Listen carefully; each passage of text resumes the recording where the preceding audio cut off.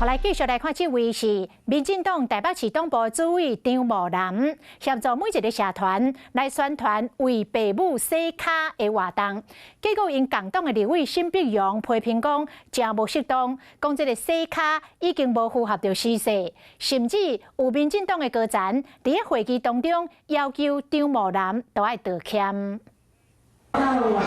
门外人必冲远，甲爸爸妈妈洗脚，展现友好心。这是一年一摆由中华传统文化弘扬孝道总会主办的孝亲活动。民进党台北市党部来官方号码斗宣传，顶面阁写由主委张茂南邀请，普文一个出来支持，这是命甲无力，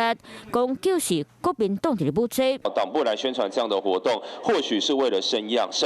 又或者是为了要去讨好特定传统价值的人，这不是我们所信奉的就不应该拿来做转传。不是叫讨好，带父母亲去吃大餐也是一个方式，就是不局限在洗脚方式。那因为我就尊重多元孝敬的表达，强调表达好心，拢支持，不离个网络拢伫咧改革。嘛，传出民进党党部高层嘛伫咧将党部主委会议，要求张茂南会室咧，那这场会议主席赖清德嘛在场，也没有接到任何关切的电话，或者是主席有震怒电话说你应该要撤除这个。 赖得清楚，都没有这个事情。就算张茂南八月团建，不过官方咱确实伫咧暗时6点歌宣布停止宣传，那张茂南的政绩唔拿这一件。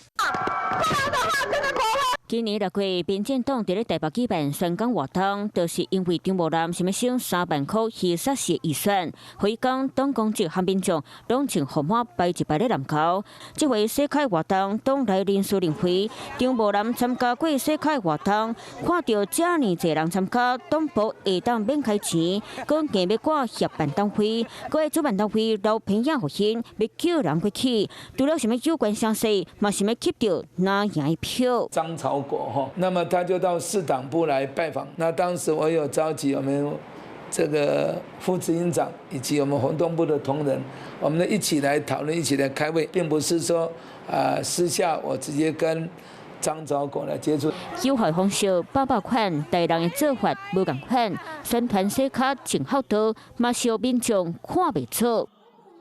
Hello， 我是林仙怡。想要抢先掌握最及时的新闻资讯吗？赶快订阅、按赞、开启小铃铛，锁定华视新闻 YouTube 频道。